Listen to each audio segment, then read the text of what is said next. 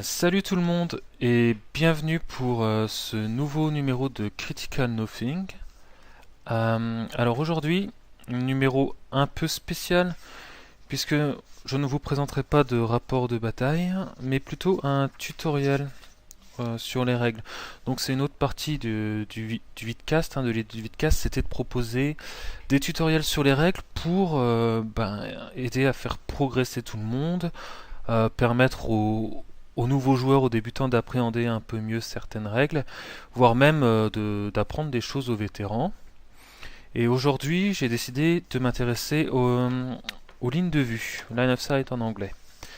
Alors, plusieurs choses générales. Donc, pourquoi faire des tutos? Donc, comme je vous l'ai dit, pour essayer de faire progresser les gens, pour que on joue de la façon la plus propre possible. Donc, c'est quelque chose qui se veut un peu complémentaire de la façon de jouer. Donc Feyal a fait d'ailleurs, je vous le recommande, un bon article sur comment jouer proprement et essayer de tirer un peu tout le monde vers le haut, parce qu'on a tous le défaut de parfois aller trop vite ou de faire des approximations.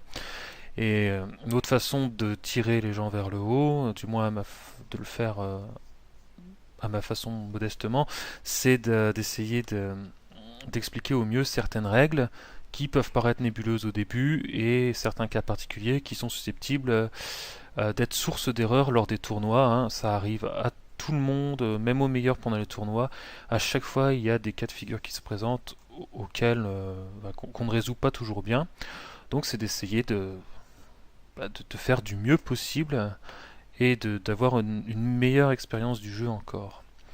Alors, tant que je suis dans les généralités, je vais faire un tuto et je vais utiliser certains termes. Donc, moi, je joue à War Machine en anglais.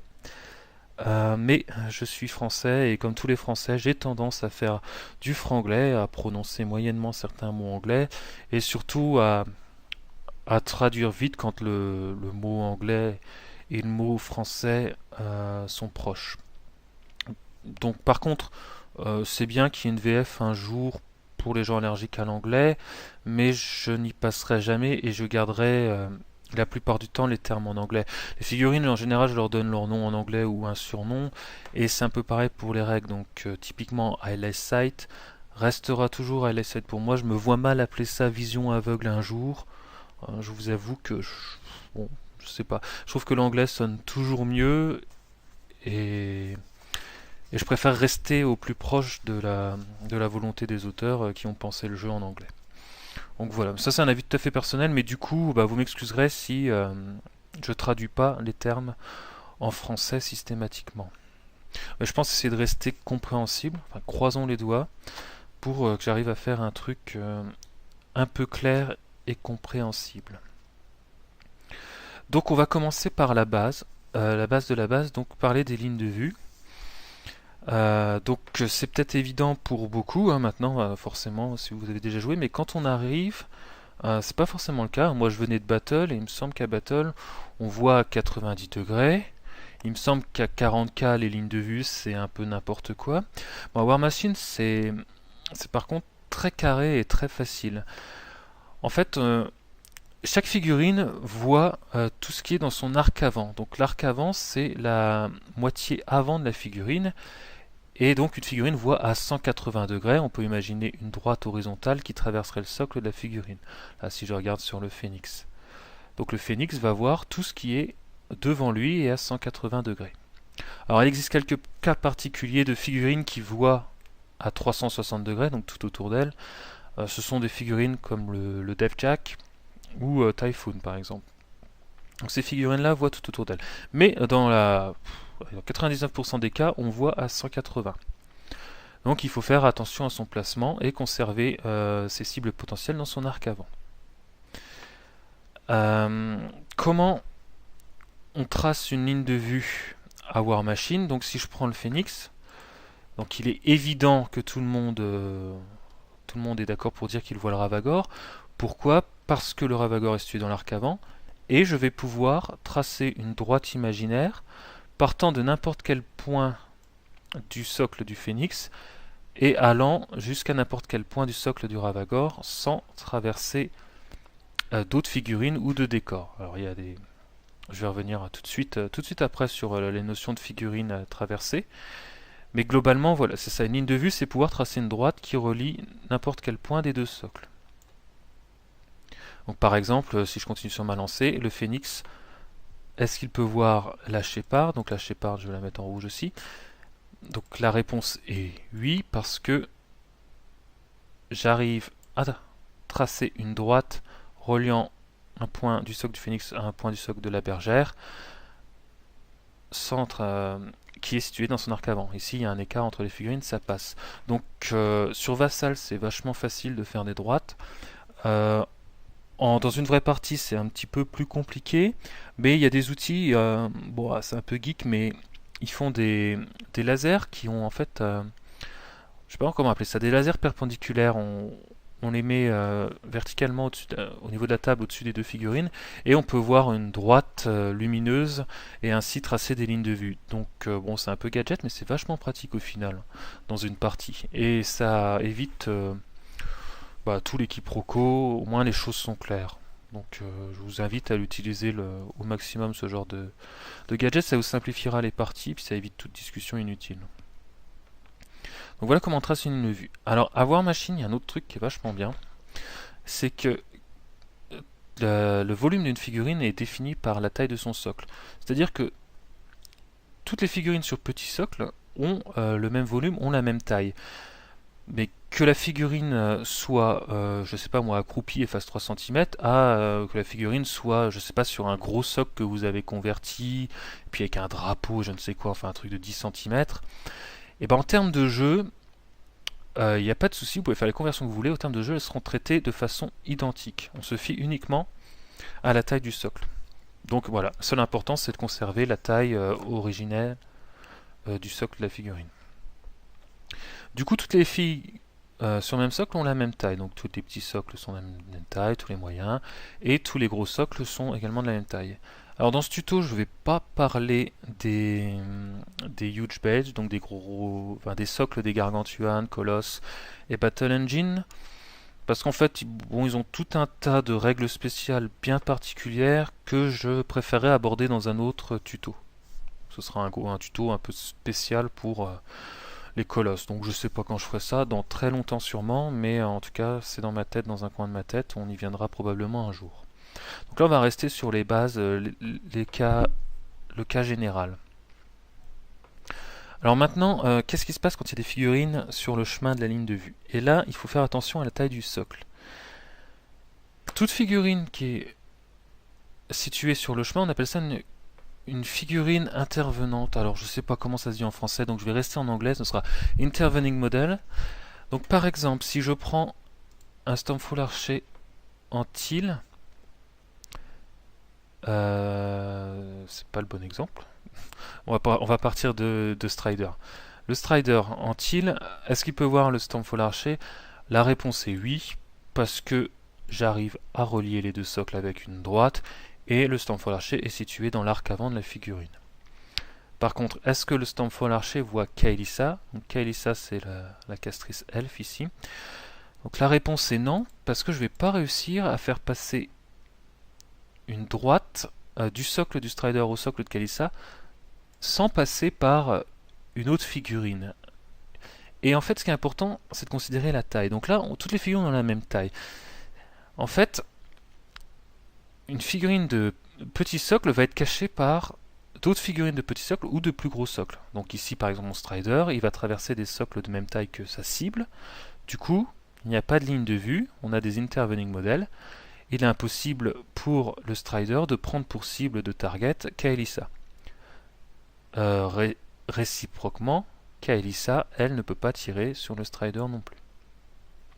Par contre, là où c'est important, c'est que Tagrosh pourrait se demander est-ce qu'il peut voir Kael'Thas, et l'erreur serait de dire il est plus gros, il voit au-dessus. Et c'est ce qu'on fait en général au début. En fait, pas du tout à ce jeu-là. Il ne peut pas ce brave Tagrosh ne peut pas voir Kael'Thas, parce qu'il il est dans le même cas de figure que le Strider, il ne va pas réussir à faire une droite qui ne traverse pas un socle de taille identique ou plus grande que celle de sa cible. Du coup, pas de ligne de vue. Tagrosh ne peut pas prendre pour cible Kael'Thas. Par contre, et s'il y a bien une chose à retenir pour tous les débutants, la chose essentielle de ce tuto, c'est que c'est pas réciproque. Les plus gros sont visibles au-dessus des plus petits. Donc Kaelissa, elle va pouvoir voir ta groche. Parce que il n'y a que des socles plus petits que ta groche entre les deux. Il aurait fallu qu'il y ait des socles moyens devant ta groche. Là, elle n'aurait pas ligne de vue. Mais dans ce cas-là, elle a la ligne de vue, elle peut le prendre pour cible. Donc ce n'est pas réciproque. Elle peut le shooter, lui ne peut pas. Du même tonneau, Kaelissa peut tirer sur le Ravagore parce qu'il est plus gros que les archers, mais le Ravagore ne peut pas la prendre pour cible. C'est quelque chose auquel il faut que vous fassiez attention au début, et puis après, après c'est acquis, vous verrez, il y aura pas de souci. Donc voilà ce qu'on peut dire sur les tailles de socle et la réciprocité. Alors il y a une règle importante qui est très commune à War Machine, qui est la règle stealth. Donc en fait, quand on est stealth, tant qu'on est à moins de 5 pouces, pas de problème. C'est-à-dire que par exemple, si je reprends mon Stormfall Archer, ouais, ça c'est typiquement du franglais, hein, Stormfall Archer, donc ça ne se dit pas mais c'est pas grave. Lui, il va pouvoir tirer sur le Strider bleu, parce qu'en fait, ils sont à moins de 5 pouces l'un de l'autre. Donc là, pas de souci. Par contre, sur le Strider que je vais mettre en jaune, il est situé, lui, à plus de 5 pouces. Enfin, environ 6 pouces. Là, la règle stealth est claire, elle dit que le tir va échouer. Donc j'ai ma ligne de vue. Mon archer, lui, il a sa ligne de vue sur le Strider. Il le voit. Ça, il n'y a pas de souci là-dessus. Hein, j'arrive à tracer une droite entre les deux socles, il est dans l'arc avant. Donc, il peut le prendre pour cible, il peut le target. Mais, comme la figurine est stealth, c'est un échec automatique, le tir échouera automatiquement. Voilà, donc il y a une distinction à faire entre pouvoir prendre pour cible et pouvoir réellement toucher avec une attaque de tir. Le second point de la règle stealth nous dit que si la figurine stealth est à plus de 6 pouces, elle n'est pas un intervening model. Ce qui veut dire que notre Stormfall Archer en bleu va pouvoir tirer sur le Stinger. Alors, dans un premier temps, si j'essaie de faire ma ligne de vue comme ça, je ne vais pas pouvoir, puisque le premier Strider étant à moins de 5 pouces, il est intervening model. Par contre, le deuxième étant à plus de 5 pouces, il n'est plus intervening model, si on suit la règle. Du coup, il ne compte plus, il ne bloque plus les lignes de vue, et mon Stormfall Archer va pouvoir prendre pour cible le Stinger, qui est la petite bestiole Everblight. Voilà ce que je peux dire sur Stealth. Alors quelque chose d'un peu similaire à Stealth, c'est Incorporeal. Il y a quand même une différence. Donc Incorporeal, on va regarder le Magister. Donc, le Magister, c'est le Battle Mage de la Rétribution, qui lui va pouvoir tracer une ligne de vue vers le premier Feralghest. Donc les deux Feralghest sont deux figurines Incorporeal. Donc la forêt bloque les lignes de vue, mais je reviendrai sur les décors dans la deuxième partie du tuto. Mais là on voit bien que j'arrive en partant sur le côté à tracer une droite qui va jusqu'au Feralghest. Donc là pas de souci, mon Magister a la ligne de vue sur le Feralghest. Mais une figurine Incorporeal n'est jamais un intervening model, donc elle ne bloque pas les lignes de vue. Ainsi, mon Magister pourrait également tirer, s'il le désire, sur le deuxième Feralghest, puisque le premier ne bloque pas la ligne de vue. Donc voilà un des rares contre-coups de la règle Incorporeal. Bon, c'est une règle beaucoup moins fréquente que Stealth, mais ça arrive de temps en temps. Alors, je continue à suivre ma fiche, hein. J'ai pris des notes. Alors, je vous avoue que j'ai beaucoup... J'ai pas mal révisé, en fait, pour faire ce tuto, parce que même quand on joue beaucoup, il y a des cas particuliers un peu rares, et ça m'a pas fait de mal du tout de préparer ce tuto, je vous avouerai.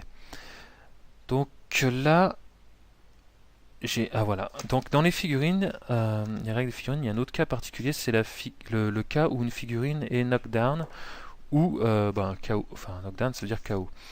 Donc ici, c'est le Saivian est KO. Donc sur Vassal, KO, c'est représenté par une espèce de petite bouée. Je sais pas trop pourquoi, mais bon, c'est comme ça. Donc si vous voyez une bouée, ça veut dire KO. Alors par exemple, si je reprends toujours mon même Stormfall Archer, Teal, qui voudrait tirer sur la Shepard. Donc alors la question, peut-il tirer sur la Shepard? La réponse est oui, parce qu'une figurine KO n'est pas un intervening model, n'est plus un intervening model. Elle ne bloque plus les lignes de vue. Du coup, j'arrive à tracer une droite qui va de mon Stormfall à ma Shepard. Pas de souci, je peux tirer dessus.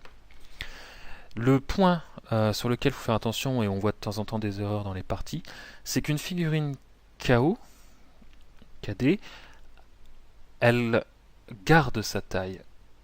Alors il serait tentant de dire en fait, bah voilà, j'ai le Phoenix, je peux pas tirer sur le Savian parce qu'il est KO et du coup il serait plus petit que les Striders. En fait, pas du tout, hein. Il conserve sa taille, donc il est toujours un gros socle, il est toujours plus gros que les Striders. Du coup, le Phoenix peut y tirer dessus, même s'il est KO. Donc c'est juste quelque chose à faire attention. Vous allez, si vous mettez une fig KO, vous allez libérer des lignes de vue et pouvoir atteindre une cible cachée initialement derrière, mais elle sera quand même visible par tout le reste de l'armée. Alors maintenant, je voudrais m'intéresser aux décors. Alors à War Machine, les décors ils sont super importants. Et ils ont tous un petit lot de règles qui les accompagnent, auxquelles il faut faire attention. Il faut être un peu rigoureux. Donc le cas le plus simple, le décor le plus simple, c'est l'obstruction. Alors l'obstruction, bah ici c'est le rocher. Donc je prends le leader Stormfall Archer, je vais le mettre en jaune pour changer un peu. Faut être magicien, j'y arriverai pas. Si je veux tirer sur le Warmonger, pas moyen de faire une ligne de vue qui ne traverse pas le rocher. Du coup, le rocher est en obstruction, ça bloque les lignes de vue. Impossible pour l'archer de tirer sur le Warmonger. L'autre décor qu'on voit souvent sur les tables, c'est les forêts. Alors, une forêt à War Machine, comment ça se traite? Donc, je vais prendre par exemple mon Magister. Je reviens sur mon Magister, qui voudrait s'amuser à tirer sur le Stinger. Et là, j'ai beau me démerder comme je veux, j'arriverai pas à faire passer une ligne de vue qui ne traverse pas la forêt. Comme les figurines sont situées de part et d'autre de la forêt, il n'y a pas de ligne de vue, quelle que soit l'épaisseur de cette forêt. Là où ça devient subtil, c'est quand une des deux figurines est rentrée dans la forêt. Par exemple, si je passe du côté des Riflemen, le jaune, il est dans la forêt. Peut-il tirer sur l'Ex Hunter? Oui. Pourquoi? Parce qu'en fait, il y a une règle qui dit que tant qu'il y a moins de 3 pouces de forêt entre l'attaquant et sa cible, il peut y tirer dessus. Dès qu'il y a plus de 3 pouces, c'est impossible. Ici, j'ai à peu près 1,5 pouces, pas de souci. Si je regarde le Lex Hunter vert tout là-haut, qui tirerait, je vais le mettre en vert aussi, sur le... Enfin, si je regarde la Rifleman qui doit tirer sur Lex Hunter, je mesure et je me rends compte que j'ai à peu près 3,5 pouces de forêt entre les deux. C'est supérieur à 3, du coup, pas de ligne de vue. Et pour enfoncer le clou, hein, pour être sûr, si je repars sur ce Rifleman, bien qu'en mesurant la forêt, je me rende compte qu'il est 2,6 pouces, il est impossible pour le Rifleman de tirer sur l'Ex Hunter, car ils sont situés de part et d'autre. Il faut vraiment qu'il y ait une des deux filles qui soit rentrée dedans. Donc tant que vous êtes de chaque côté, vous ne pourrez pas vous tirer dessus. Que la forêt fasse 50 pouces de large ou 0,01 pouces. Voilà. Il faut qu'il y ait vraiment une fille qui soit rentrée. Donc j'insiste un peu lourdement, mais en fait c'est quand même un cas qui arrive très souvent lors des parties. Un cas un peu similaire, c'est les Cloud Effects. Donc là on imagine que les Swamp Gobbers ont posé leur Cloud Effect, leur nuée. Et les nuées bloquent les lignes de vue. Par exemple, mon brave Phoenix ne peut pas prendre pour cible le Nephilim Bolt Thrower parce que j'arriverai pas à passer la nuée, à atteindre la figurine sans traverser la nuée. Comme elles sont situées de part et d'autre, comme pour les forêts, impossible de se prendre pour cible. Par contre, contrairement aux forêts, il n'y a pas d'histoire de distance limite de 3 pouces, si bien que toujours mon Phoenix pourrait éventuellement vouloir tirer sur le Gobber. Le Gobber est situé à, je sais pas, allez, en trichant un peu 3,2 pouces. Il peut le prendre pour cible, il n'y a aucun souci, il n'y a pas d'histoire de 3 pouces à respecter. Juste simplement la question d'être de part et d'autre ou qu'une des deux filles soit à l'intérieur. Je pense que j'ai tout dit pour les nuées et pour les forêts, donc ils sont deux décors un peu similaires. Alors, autre décor, bon qu'on croise moins en tournoi, d'ailleurs c'est un peu une doléance que j'aimerais faire à ceux qui sont un peu motivés pour faire du décor, c'est faire des tranchées. Alors sur Vassal on a de la chance, hein, c'est beaucoup plus facile à faire, donc on a des parties avec des tranchées, de l'eau et tout ce qu'on veut. Mais en vrai, en tournoi, on voit pas souvent ce genre de décor et c'est bien dommage. Donc une tranchée, bah, une figurine qui est complètement à l'intérieur d'une tranchée ne bloque pas les lignes de vue. Par exemple, là, l'assassin aura la ligne de vue sur la Death Stalker, parce qu'en fait, le cavalier étant dans la tranchée, il ne bloque pas la ligne de vue. Il n'est plus un intervening model. Un peu du même tonneau, les règles de Deepwater quand on est amphibious.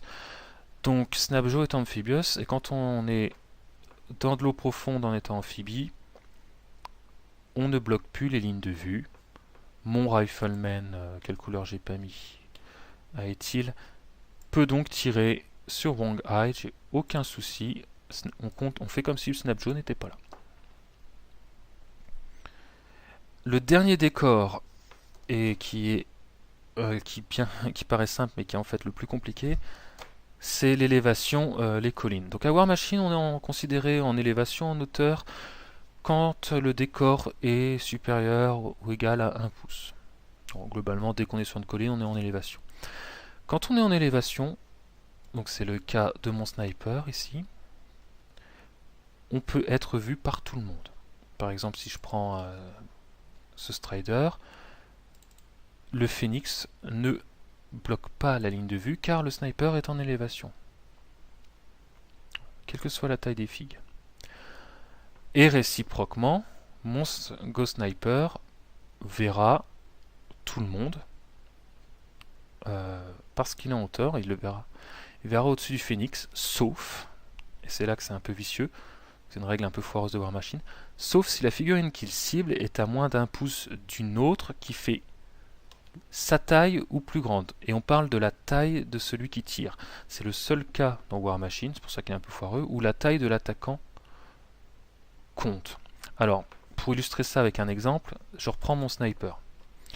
Il voudrait tirer sur le Spell Martyr.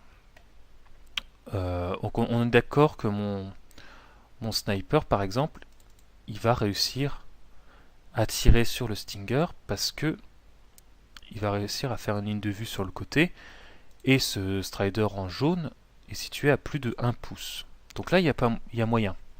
Par contre, mon Strider, il a 2 figues devant lui, situées à moins de 1 pouce. Et quand je vais faire ma ligne de vue, donc je m'en fous.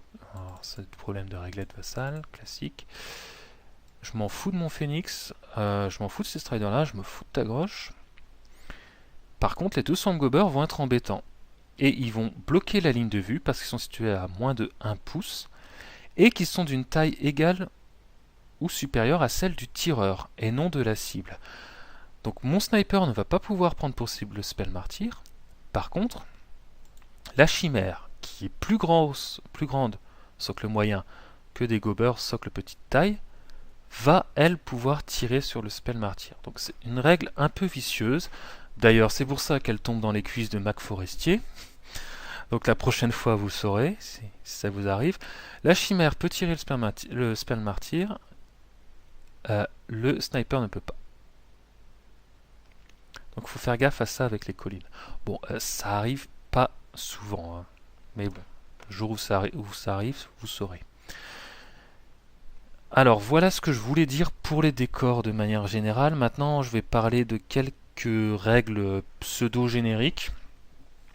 Alors, je voudrais commencer par Arcs in Fire, qui est une règle en général, on se dire tir en cloche, donc c'est une règle que possède la catapulte Everblight. D'ailleurs, un petit appel au secours, j'aimerais bien jouer contre une fois dans ma vie pour voir ce que ça fait, un joueur Everblight. Si un joueur Everblight a la décence de faire un effort de jouer autre chose que des beasts un jour. Non, je vous charrie, mais j'ai jamais vu ce modèle, j'aimerais bien jouer contre pour voir. Surtout que je pense qu'il est pas si mal. Donc, typiquement, une catapulte, un mortier, ça a Arcs in Fire. Alors, Arcs in Fire, ça dit que vous ignorez les intervening models qui sont à plus de 1 pouce de votre cible. Alors, c'est un peu comme la colline, mais à l'envers. C'est que cette fois, ma catapulte je peux la faire tirer sur mon rifleman jaune. Pourquoi? Parce que j'ai rien qui bloque les lignes de vue et qui est à moins de 1 pouce du rifleman. Par exemple, là, on s'en fout complètement des warmongers, on les ignore. On tire en cloche. Donc je peux avoir ma ligne de vue. Par contre, la catapulte ne va pas pouvoir prendre pour cible le porte-étendard rifleman parce qu'il y a des figurines entre et que la distance qui les sépare est inférieure à 1 pouce. Donc là, pas moyen de le prendre pour cible.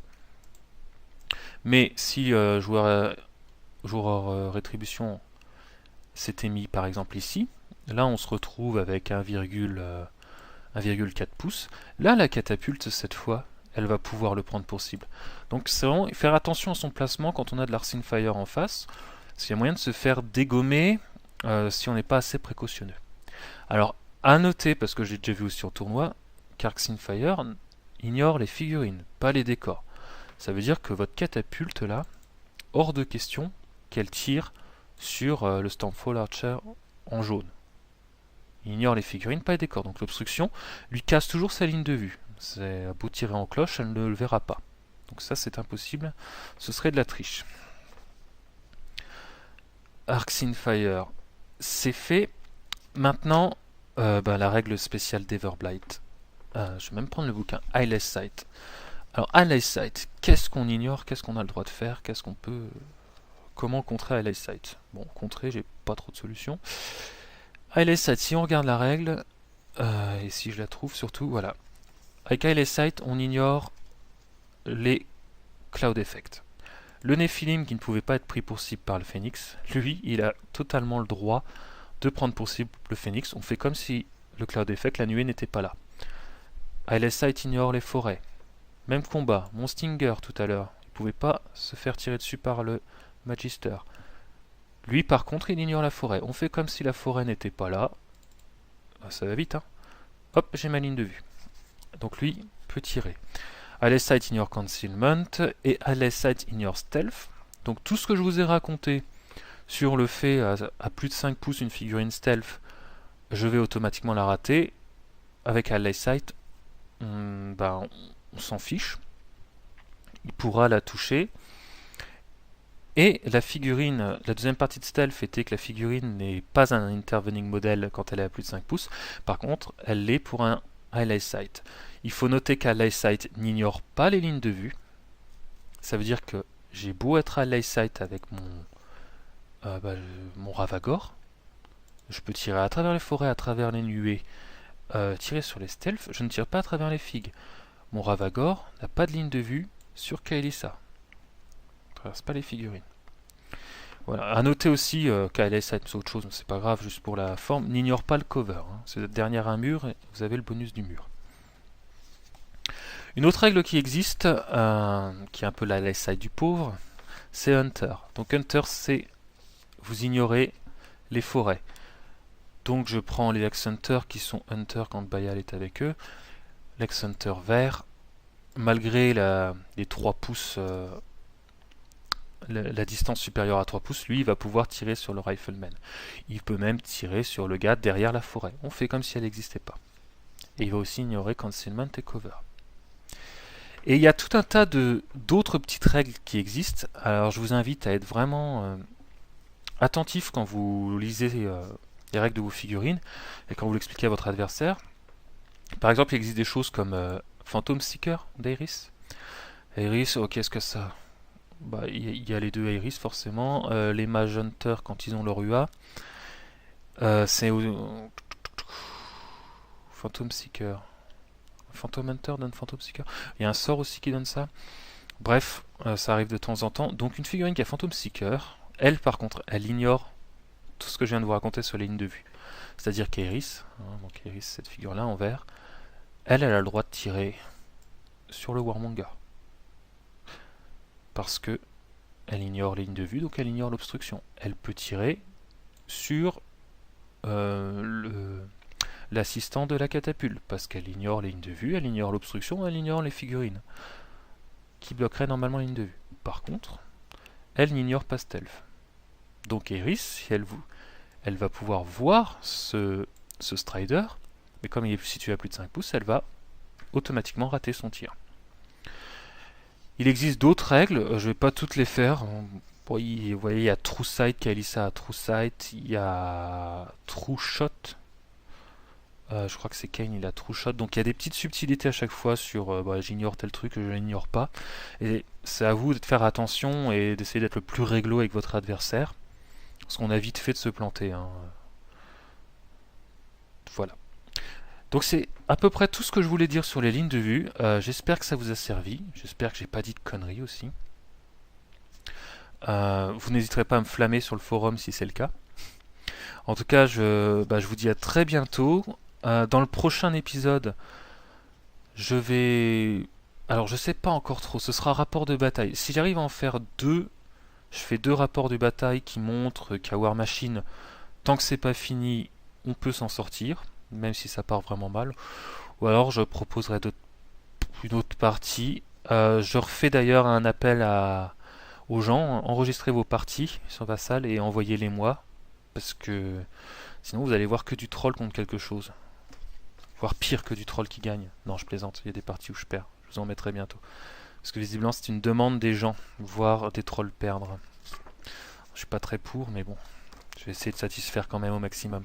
En tout cas, encore merci de votre attention. Et bon jeu à tous et à très bientôt.